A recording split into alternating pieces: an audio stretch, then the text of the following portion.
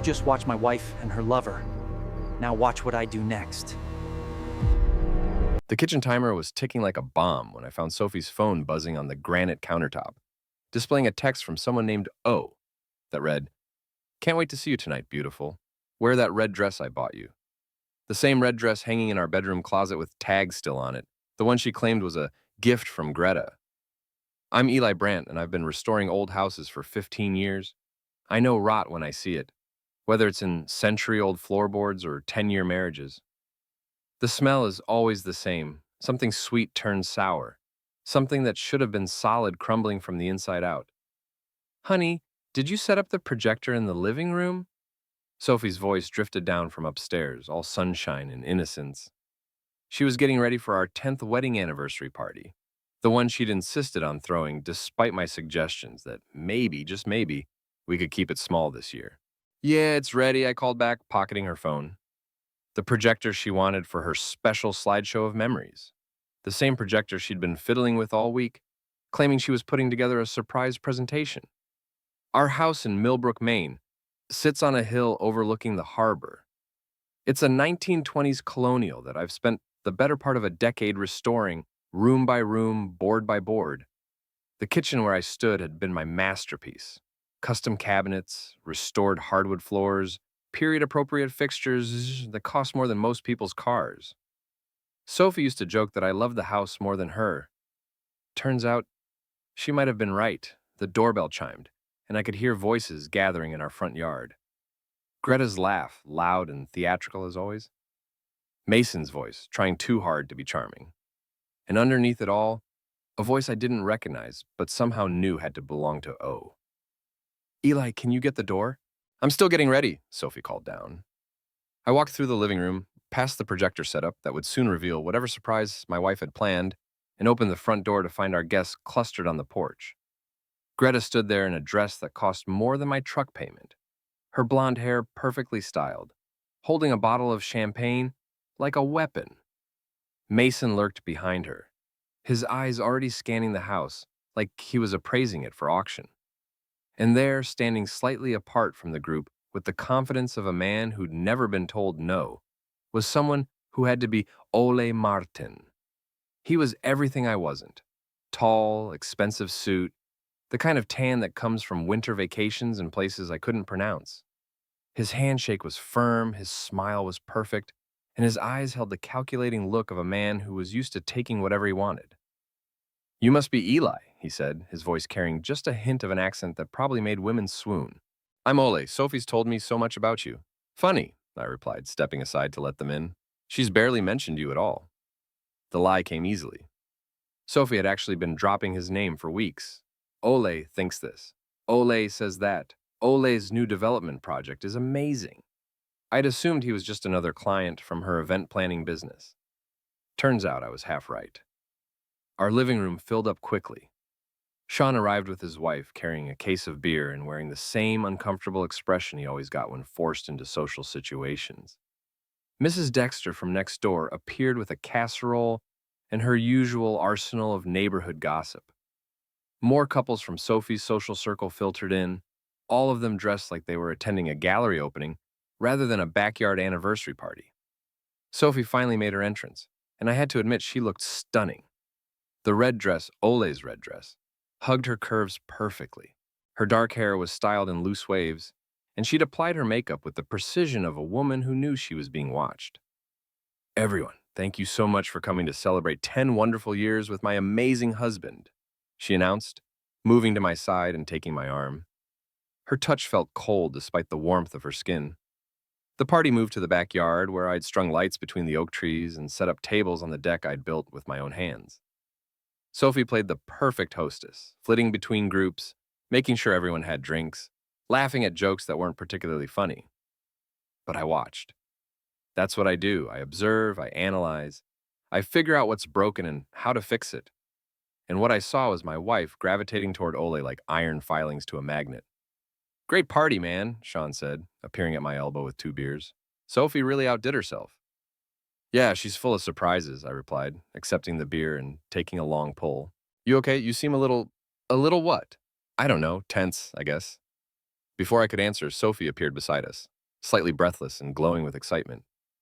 Eli, honey, I think it's time for the slideshow. Everyone's asking about it. She was right. The crowd had gathered on the deck, drinks in hand, waiting for whatever presentation she'd prepared. Greta was practically bouncing with anticipation, and Mason had positioned himself near the projector, like he was expecting to be part of the show. You sure you want to do this now? I asked, studying her face. Maybe we should wait until later. No, now's perfect. Everyone's here. Everyone's in a good mood. It'll be wonderful. She squeezed my hand, and for a moment, I almost believed her. Almost believed that whatever was on that laptop was actually a collection of happy memories from our decade together. All right, everyone, Sophie called out, her voice carrying across the yard. Eli and I wanted to share some special moments with you all, a little trip down memory lane. She moved to the laptop connected to the projector, her fingers hovering over the trackpad. The screen flickered to life, casting a blue glow across the expectant faces of our guests. Here we go, she said, clicking play. The first image that appeared on the makeshift screen wasn't from our wedding or our honeymoon or any of the vacations we'd taken together over the years. It was Sophie, without clothes in a hotel room I didn't recognize, with Ole's hands on her body and his voice saying things that made my blood turn to ice water in my veins. The silence that followed was deafening. Someone dropped a glass. Mrs. Dexter made a sound like a strangled cat. Greta's mouth fell open so wide I could see her dental work. And Sophie, my wife of 10 years, stood frozen at the laptop, her face cycling through confusion, horror, and something that might have been relief. Well, I said, setting down my beer and walking calmly to the projector, this is definitely a surprise. I reached over and closed the laptop, plunging the yard back into the soft glow of string lights. Every eye was on me, waiting to see what the betrayed husband would do. Would I scream? Would I cry? Would I throw Ole into the harbor? Instead, I smiled. Thank you all for coming, I said, my voice steady as granite. I think we've all seen enough for one evening. The exodus was swift and awkward. Couples gathered their things and mumbled excuses about early mornings and babysitters. Greta lingered, clearly hoping for more drama, but even she eventually got the hint and left. Sean squeezed my shoulder and whispered that he'd call tomorrow. Within 15 minutes, the yard was empty except for Sophie, Ole, and me. I woke up alone in our king-size bed, which wasn't unusual. Sophie had been finding excuses to sleep in the guest room for months. I was snoring too loud, the room was too hot. She had early meetings and didn't want to wake me. All perfectly reasonable explanations that I'd accepted without question because I'm apparently an idiot. The house felt different in the morning light. Quieter, like it was holding its breath, waiting to see what would happen next.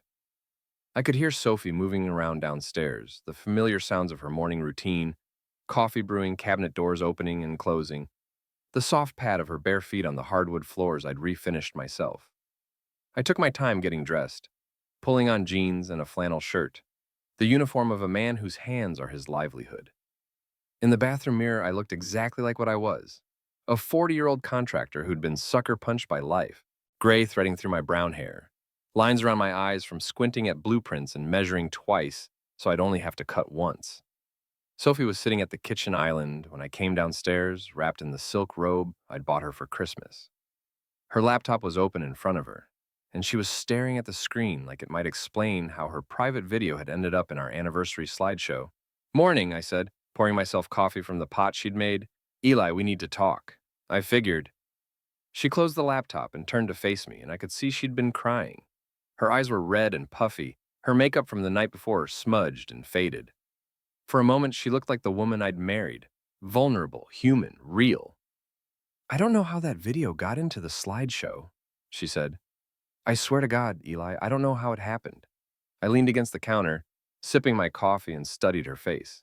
Sophie had always been a good liar. It was part of what made her successful in event planning. Clients wanted to believe their weddings would be perfect, their corporate parties would be memorable, their charity galas would change the world. Sophie sold dreams for a living. So you're saying someone else put it there? It had to be. Why would I show that to our friends? To your friends? It doesn't make sense. What does make sense is that you've been sleeping with Ole Martin. The words hung in the air between us like smoke from a house fire. Sophie's face crumpled, and fresh tears started flowing. "It's not what you think," she whispered. "It's exactly what I think. I saw the video, Sophie. We all saw the video. It was a mistake, a stupid, terrible mistake. It only happened a few times, and I was going to end it. I swear I was going to end it. A few times. Like that made it better. Like there was some acceptable number of times to betray your marriage vows." "How long?" I asked. "What? How long have you been screwing him?" She flinched at the crude language. Sophie preferred euphemisms. Seeing someone. Having feelings for. Making a connection. Real words made things real, and Sophie had always preferred her carefully constructed fantasy world. 3 months, she admitted. Maybe 4. 4 months. While I'd been working 16-hour days to finish the Henderson restoration project. While I'd been coming home exhausted and covered in sawdust, she'd been getting dressed up for client meetings and networking events. Where? Eli, please. Where, Sophie? His apartment, mostly. Sometimes hotels when he was traveling for work. The Marriott downtown? She nodded, not meeting my eyes.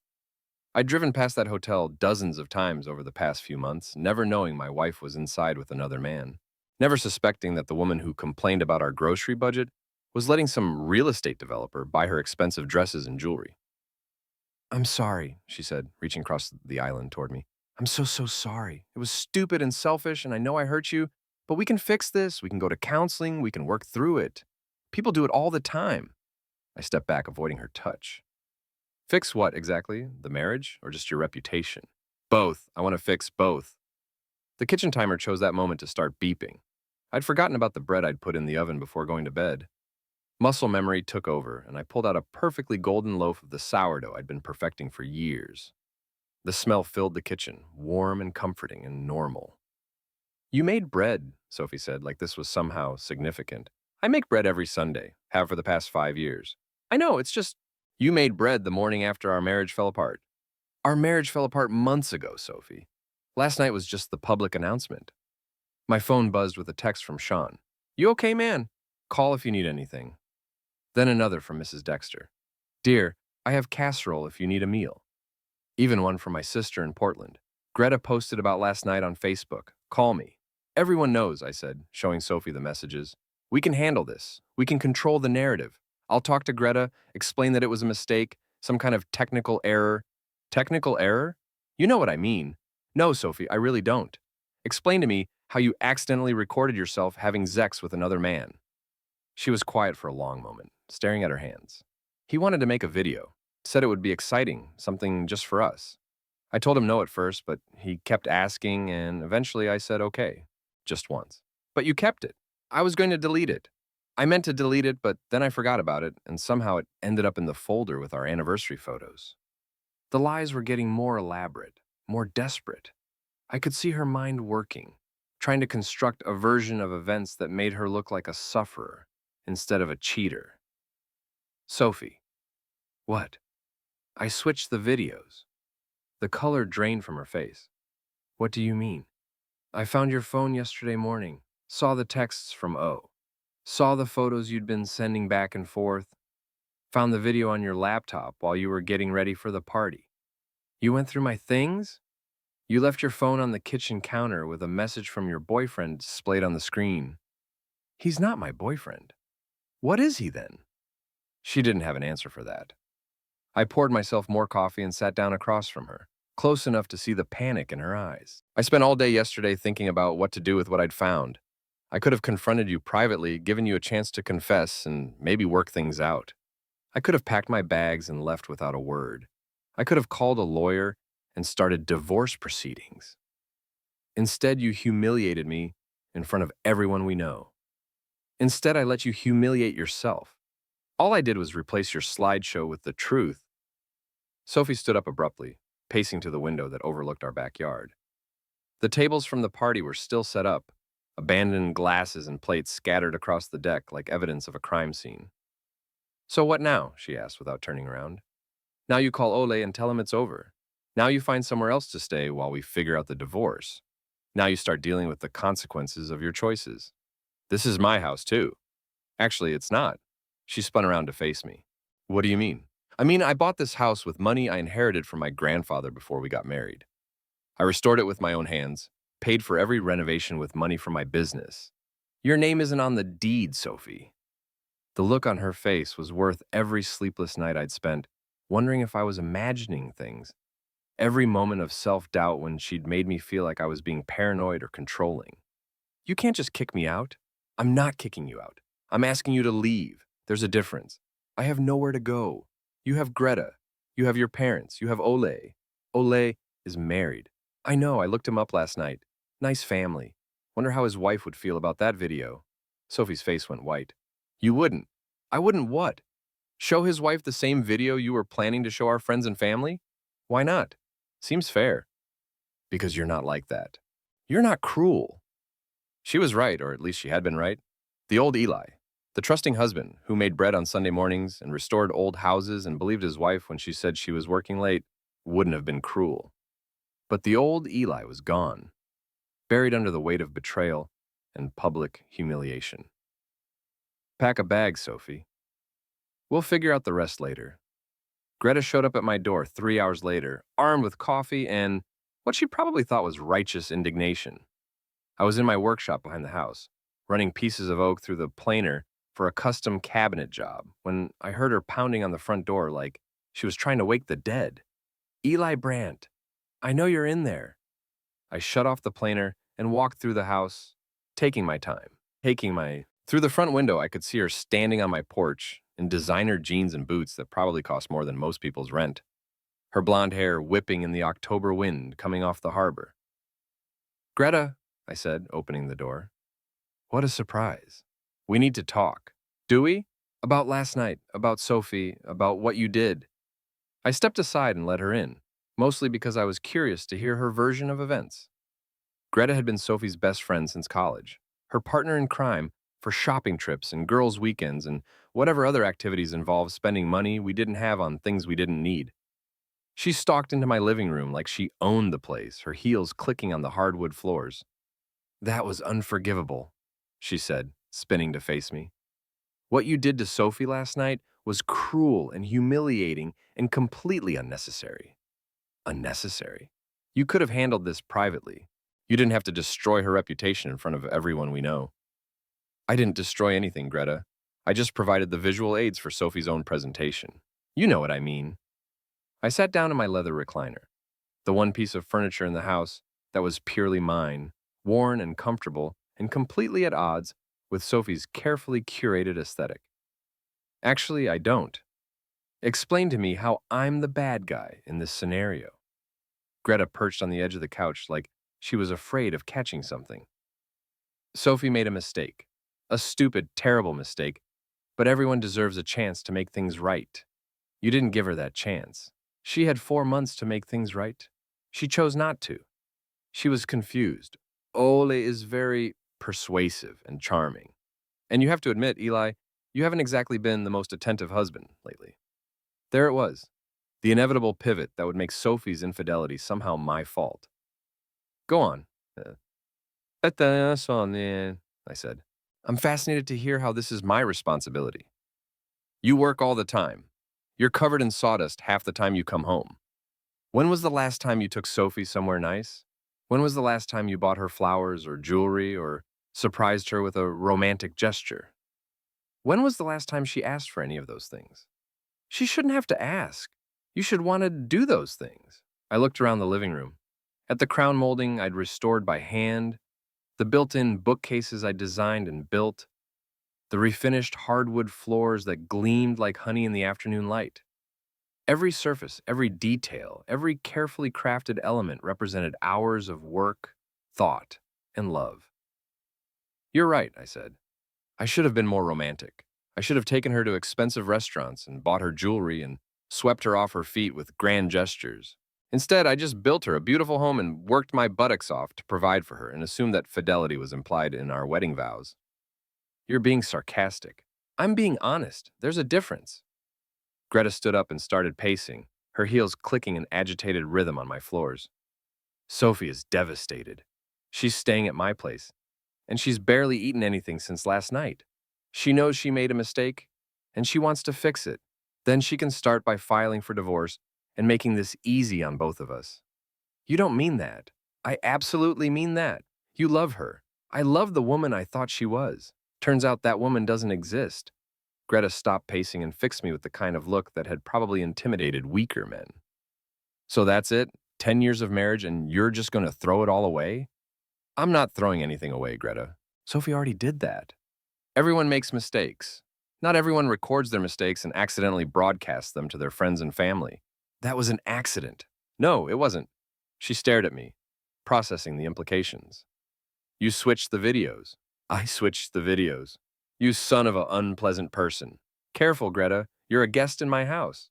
You planned this. You orchestrated the whole thing to humiliate her. I gave Sophie exactly what she was planning to give me. A surprise presentation in front of our friends and family. The only difference is that my version was honest. Greta's face was flushed with anger, her carefully applied makeup starting to show stress cracks. She trusted you. She betrayed me. She made a mistake. She made a choice. Multiple choices over multiple months. The only mistake was getting caught. My phone buzzed with a text. Then another. I glanced at the screen and saw messages from people I hadn't heard from in months. Former clients, old friends, even my high school buddy who lived in California now. Word was spreading fast in our small city. Everyone's talking about it, Greta said, following my gaze to the phone. I imagine they are. Sophie's career is ruined. Who's going to hire an event planner who can't manage her own private life? That's not my problem anymore. It could be if you wanted it to be. You could fix this, Eli. You could tell people it was a technical error, some kind of computer glitch. You could take responsibility and help Sophie save face. I stood up and walked to the window, looking out at the harbor where fishing boats were heading out for the afternoon catch. Simple, honest work. Straightforward transactions between effort and reward. Why would I do that? Because you're a good man. Because you love her. Because it's the right thing to do. The right thing to do would have been for Sophie to keep her wedding vows. Everyone makes mistakes, Eli. Even you. When did I cheat on my wife? You didn't. But you made other mistakes. You took her for granted. You stopped trying to make her happy. I turned back to face Greta, studying her perfectly made-up face, her expensive clothes, her manicured nails that had never touched anything more challenging than a wine glass. Did you know? What? About Sophie and Ole. Did you know? The hesitation was brief, but it was there. I suspected something was going on. Sophie was, different, happier, more excited about life. And you didn't think to mention this to me? It wasn't my place. But it's your place to come here and lecture me about forgiveness? That's different. How? Because now everyone knows. Now it's public, and Sophie needs support from the people who care about her. I walked to the front door and opened it. Thanks for stopping by, Greta. Give Sophie my regards. You're making a mistake, Eli. No, I'm fixing one. She gathered her purse and stalked toward the door, pausing in the doorway to deliver what she probably thought was a devastating parting shot. You'll regret this. When you're sitting alone in this house, eating your homemade bread and feeling sorry for yourself, you'll regret letting pride destroy your marriage. Maybe, but I'll never regret finding out the truth. After she left, I went back to my workshop and lost myself in the rhythm of woodworking. There's something meditative about transforming rough lumber into something beautiful and functional, about taking raw materials and creating something that will last for generations. My phone kept buzzing with messages, but I ignored it.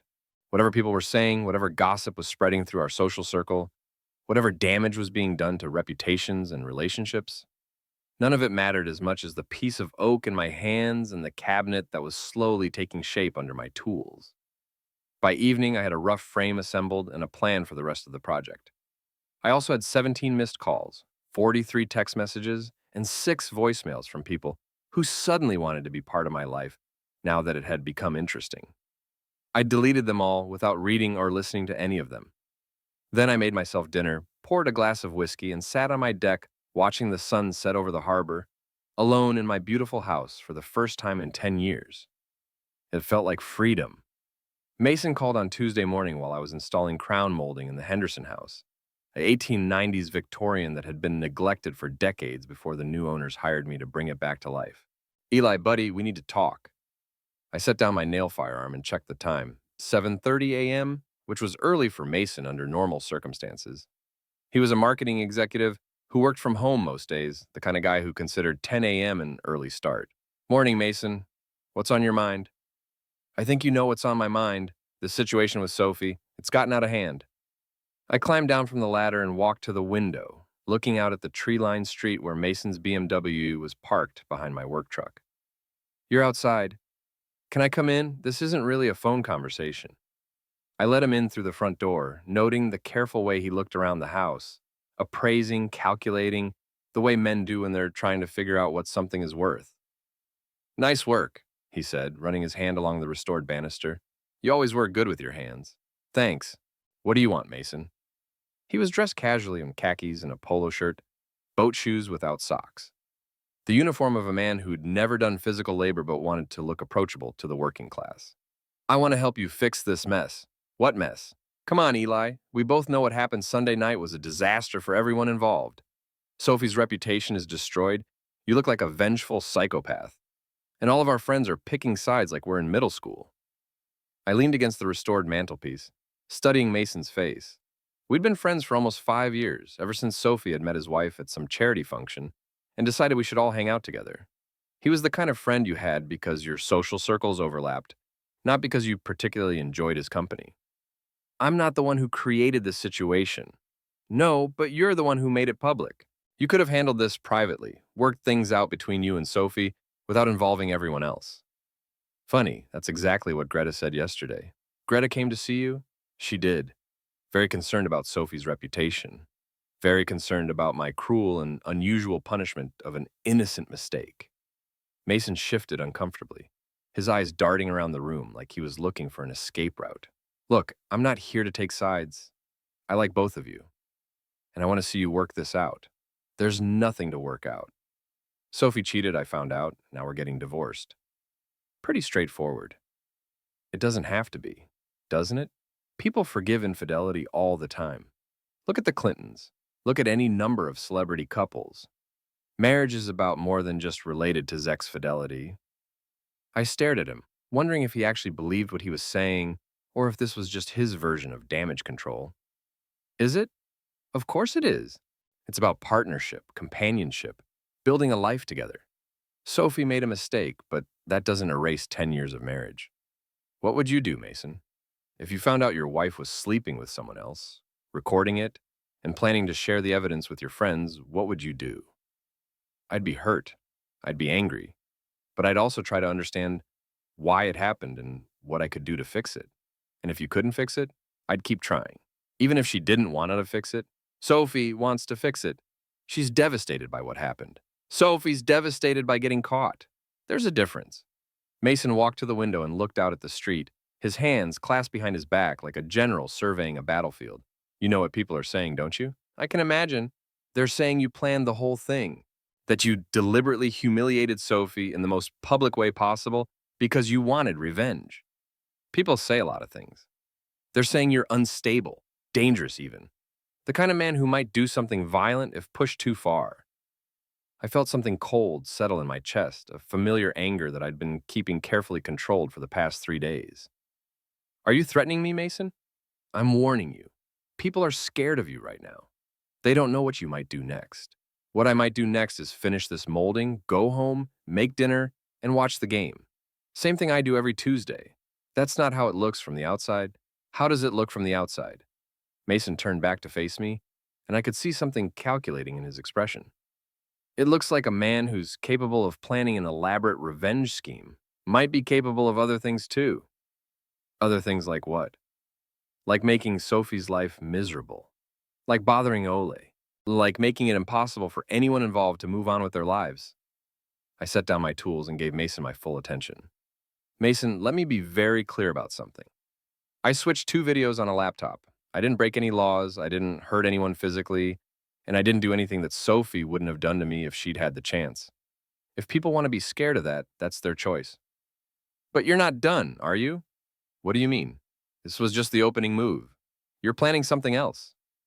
The accusation hung in the air between us like smoke. Mason was right, of course. I had been thinking about next moves, about consequences, about how to make sure Sophie and Ole faced the full weight of their choices. I'm planning to protect myself legally and financially. If that scares people, maybe they should examine why. Sophie's afraid you're going to ruin her career.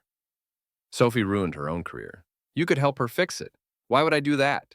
Because you're not a monster. Because somewhere under all this anger, you still care about her. I picked up my nail firearm and climbed back up the ladder, positioning a piece of molding against the wall. Mason, I appreciate you coming by, but I have work to do. That's it? That's all you have to say? That's all I have to say to you. What's that supposed to mean? I looked down at him from the ladder, this man who'd sat at my table, drunk my beer, and was now trying to manipulate me into making life easier for my cheating wife.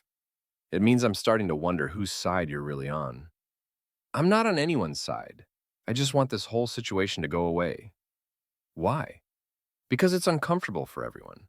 Because it's forcing people to choose sides. Because it's turning our whole social circle into a soap opera. And what? What aren't you telling me, Mason? His face flushed, and he looked away. I don't know what you mean. But I was starting to figure it out. The early morning visit, the carefully rehearsed arguments, the concern about my next moves. Someone had sent Mason here, and I was betting it wasn't Sophie. Did Ole ask you to come here? What? No, of course not. Did he? I barely know the guy. That's not what I asked.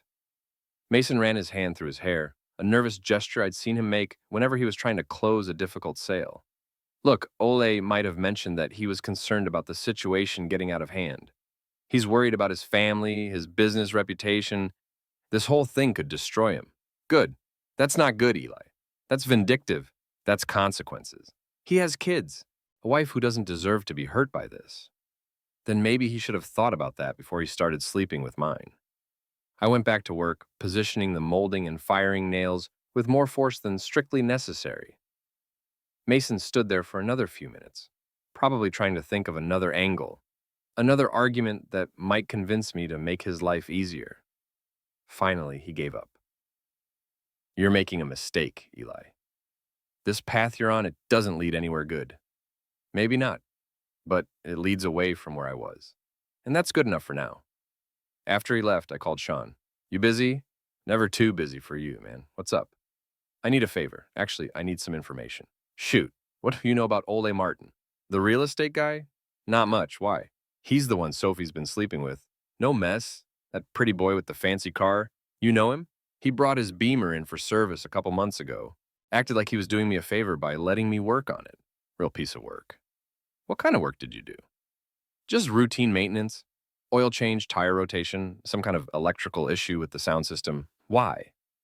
Just curious about what kind of man I'm dealing with. The kind who tips in singles and acts like it's a fortune. The kind who talks on his phone the whole time you're trying to explain what's wrong with his car. The kind who cheats on his wife. I wouldn't be surprised. He had a different woman with him every time he came in. Never the same one twice. That was interesting. I'd assumed Sophie was Ole's only extracurricular activity, but apparently she was just one of many. Sean, you still there? Yeah, just thinking. You want me to do some digging? I know people who know people, if you catch my drift. What kind of people? The kind who might know things about Mr. Martin's business dealings, his personal life, his financial situation. I thought about Mason's visit, his carefully worded warnings, his obvious concern about what I might do next. Yeah, I said, I think I'd like to know more about Ole Martin. Consider it done. By Thursday, the story had spread beyond our immediate social circle and into the broader community. I discovered this when I stopped at Harbor Hardware for supplies and found myself the subject of curious stares and whispered conversations. That's him, I heard someone say as I loaded lumber into my truck. The guy whose wife cheated on him. I heard he planned the whole thing, another voice replied. Set up some kind of elaborate trap. I ignored them and drove to my next job site. But the pattern repeated everywhere I went. The coffee shop where I usually grab lunch, the bank where I made my business deposits, even the gas station. Everywhere. People were talking about Sophie, Ole, and me. My phone had been ringing constantly with calls from people I barely knew.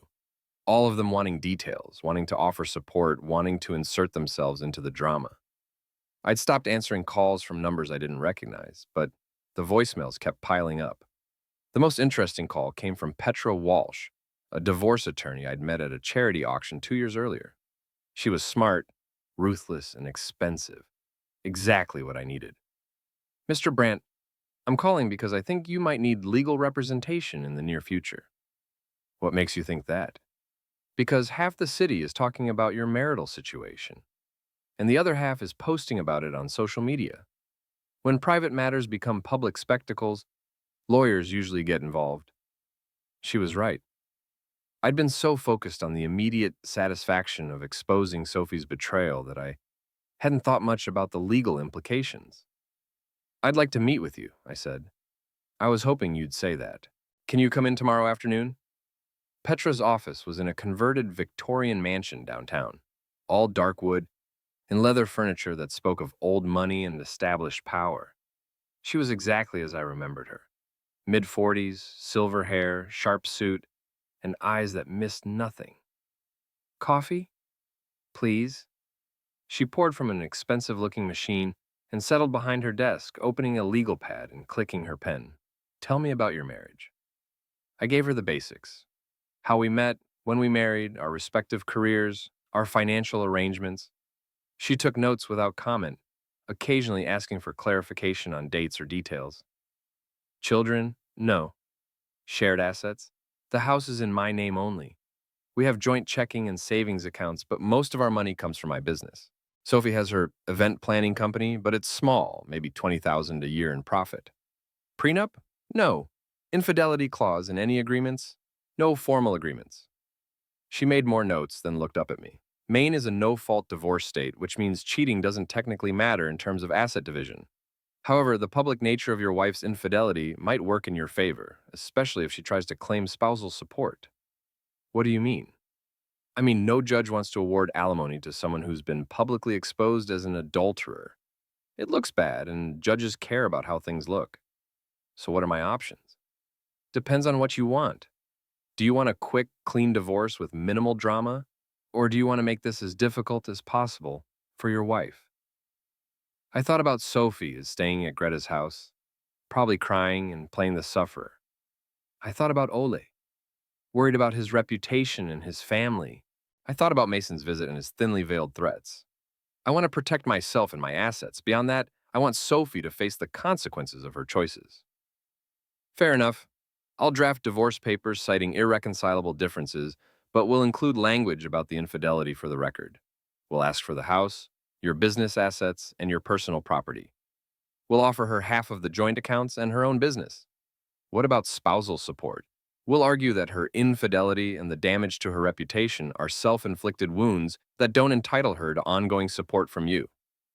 It sounded reasonable, logical, and completely inadequate for what Sophie had done to our marriage. What else can we do?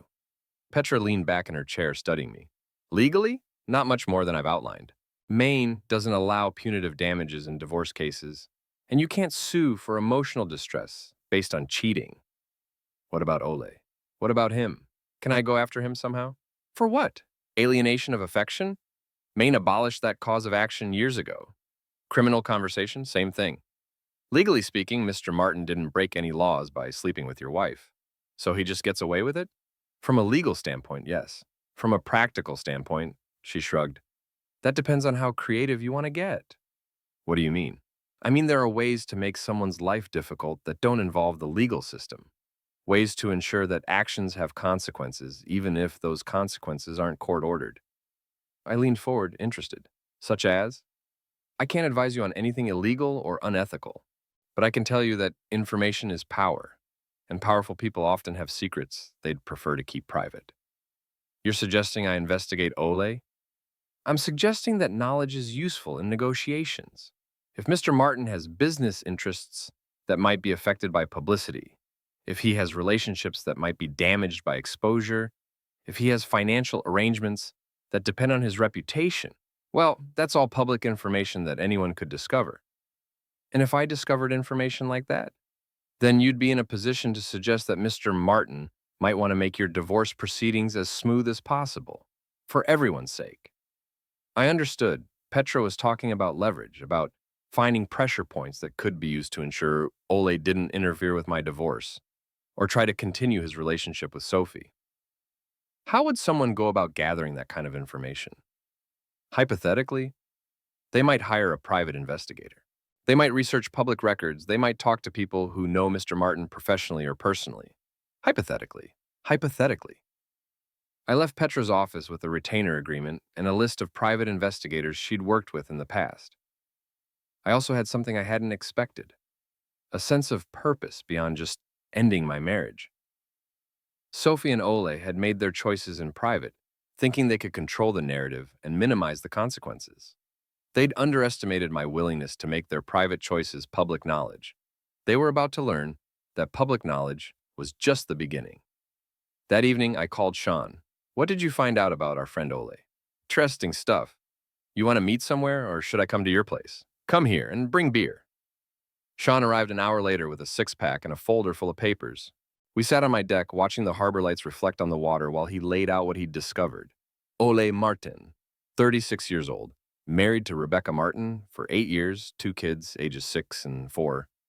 Lives in a $500,000 house in Millbrook Heights and drives a BMW and a Range Rover, belongs to the yacht club and the country club. So far, not surprising. Here's where it gets interesting. His real estate development company, Martin Properties, is leveraged to the hilt. He's got loans on 3 different projects, all of them behind schedule and over budget. How behind? The waterfront condos were supposed to be finished 6 months ago. The shopping center project has been stalled for a year because of permit issues. The office complex downtown is hemorrhaging money because he can't find tenants. So he's in financial trouble? Worse than trouble. He's about 6 months away from bankruptcy if he doesn't get some major cash infusions. Sean handed me a stack of papers.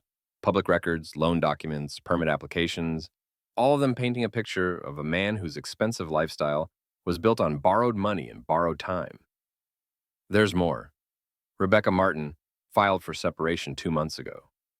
2 months ago? Yep. Right around the time he started sleeping with Sophie, if my math is right. So he's getting divorced too? Looks like it. And since Rebecca comes from money, her father owns half the commercial real estate in Portland, Ole stands to lose big in that divorce. I studied the papers, connecting the dots. Ole wasn't just cheating on his wife, he was preparing for his marriage to end. Sophie wasn't a momentary lapse in judgment. She was his exit strategy. What else? This is the really interesting part. Ole's been shopping around for investors, trying to find someone to bail out his development projects. Guess who he's been courting? I have no idea. The Hendersons. You know, the people whose house you're restoring? The Hendersons were old Maine money. The kind of family that had been wealthy for so long they'd forgotten what it was like to worry about money. If Ole was trying to get them to invest in his failing projects, he was playing for very high stakes. How do you know all this? Rebecca Martin's divorce attorney is married to my cousin. Family dinner last Sunday was very educational. What's Rebecca's lawyer saying? That Ole's been hiding assets, inflating his income, and generally trying to screw his wife out of her fair share. Sound familiar? It did sound familiar. It sounded like Ole was the kind of man who thought rules didn't apply to him, who believed he could manipulate situations and people to get what he wanted. The kind of man who would seduce another man's wife and then send that man's friend to threaten him when things got complicated. Sean, I need you to do something for me. Name it. I need you to find out everything you can about Ole's business dealings. Who he owes money to, who he's trying to get money from, what happens if his reputation gets damaged. You planning something? I'm planning to make sure Ole Martin faces the full consequences of his choices. What about Sophie? Sophie's about to discover that her knight in shining armor is actually broke, desperate, and married to someone else. I think that'll be consequence enough. We sat in comfortable silence for a while, drinking beer and watching the lights on the harbor. For the first time since Sunday night, I felt like I had a plan that went beyond just surviving the wreckage of my marriage. I was going to make sure everyone involved learned that actions have consequences, and that some consequences last a lot longer than others. The end.